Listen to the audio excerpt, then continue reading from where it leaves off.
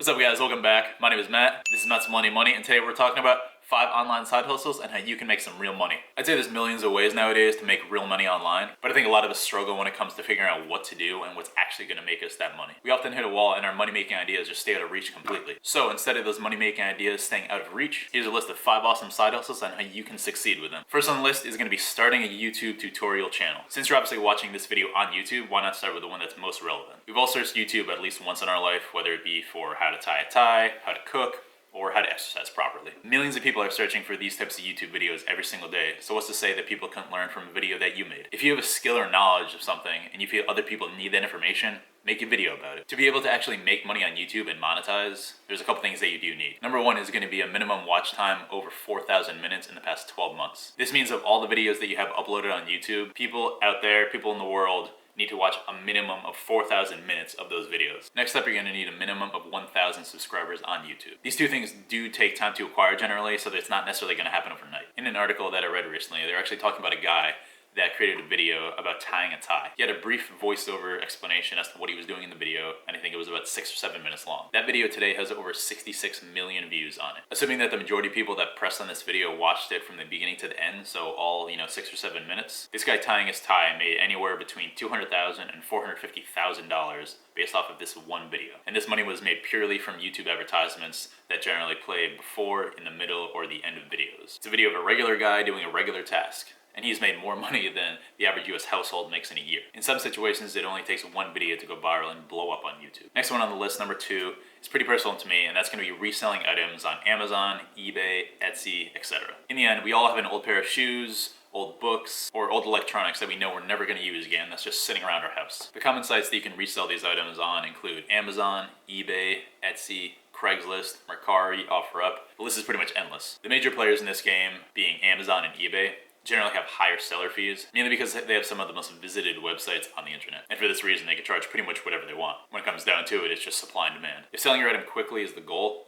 Amazon or eBay is probably the way to go. If you're trying to maximize your profit and pay less in seller fees, you're probably going to want to use a different website, one that has generally less traffic, but at the same time, you're going to get more money in the end for that item. Some other good options of selling your item is going to be selling locally. And that can include Facebook Marketplace, Craigslist, and phone apps like OfferUp and LetGo. I find that selling locally is a better option when it comes to selling larger items or more delicate items, and that can include furniture or glassware, for example. Because by doing this, you don't need to worry about shipping fees, or the potential that your item could be damaged when it's being shipped. Bigger websites like Amazon and eBay are pretty good when it comes to getting rid of miscellaneous items. But when it comes to specialty items like antiques and vintage goods, you're probably going to want to sell to more of an intentional audience. Platforms for this are probably going to include Poshmark, Etsy, and Ruby Lane. If you do have items sitting around your house but you don't feel like you want to resell them, donate them to a charitable cause, whether it be Goodwill or Salvation Army, for example. That way these items can be potentially reused instead of sitting in a landfill or sitting in your closet, which is basically already a landfill. Next up is going to be teaching English as a foreign language, or TEFL. In the past couple years, teaching English online has become super popular and high demand all over the world. There are tons of companies out there today that would rather hire somebody online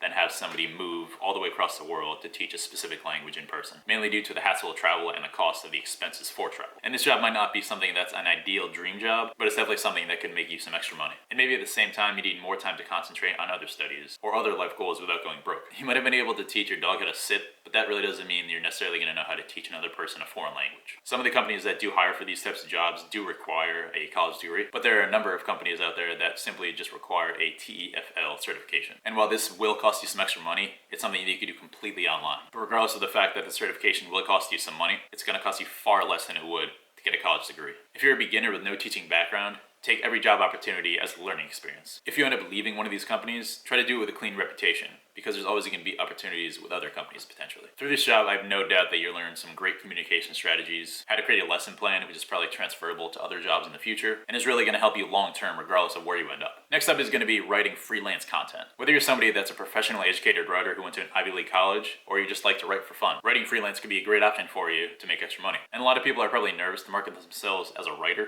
but you don't have to be Charles Dickens to get paid to write. The reality is that a lot of commercial writing is just about being able to explain things concisely and in plain English. And obviously, good spelling and grammar is going to be important too. Once you've got some experience as a freelance writer, you can expect to earn generally between 12 cents and 20 cents per word. So if you end up writing a 500-word article and you're getting paid on the low end at the 12 cents, That probably means you're gonna make around $60 for that 500 words. On the high end, at 20 cents per word, writing 500 words, you're gonna make around $100. To get to this type of pay grade, you're probably gonna wanna build some kind of profile, and that's gonna mean creating your own website. Good places online to create a good website could include Wix.com or Squarespace.com, for example. There's plenty of options out there, you just gotta find them. Once you create that website, this is where you can highlight and display your work, speak on your interests, and also a place where people can get in contact with you. The flexibility and opportunity that comes along with being a freelance writer makes it an awesome side hustle for anybody that has any interest in writing. This is the type of job that can be working to anybody's schedule, whether you're a college student, a work professional, or a stay-at-home mom, for example. Maybe you're somebody that likes writing about food, personal experiences, religion, whatever it is, there's always going to be an audience for anything that you're trying to write about. And it's up to you to find that audience. Next up is going to be offering expert answers. We all know the internet is overflowing with information, and there are all sorts of websites out there where you can search for anything. And of those websites, there are plenty out there that will pay you to be an expert in something. But for the people that are looking for those experts, sometimes they want more of a personal touch. Some people want somebody with more personal experience in the field, who can provide more of a detailed answer or personalized experience for them. If you're a qualified expert in your field, but you don't like the idea of creating an online course, you can make some easy money in your field by providing answers for people. Some well-known expert answer websites include justanswer.com and prestoexperts.com. Experts on these websites who are talking to people range anywhere from lawyers to medical professionals to car mechanics. And once you're up and running, some of these jobs can be very lucrative. They're normally people in these high-demand industries getting paid upwards of $100+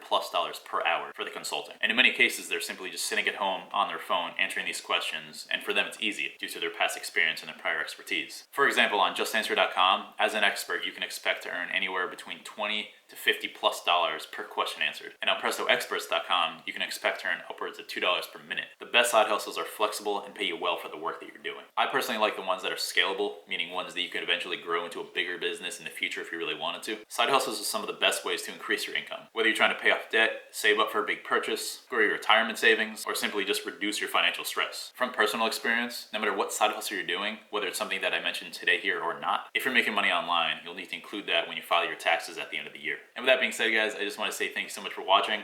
My name is Matt. This is Matt's Millennium Money. Consider subscribing so you can stay up to date with every video. Give it a like, and we'll talk soon. Take care.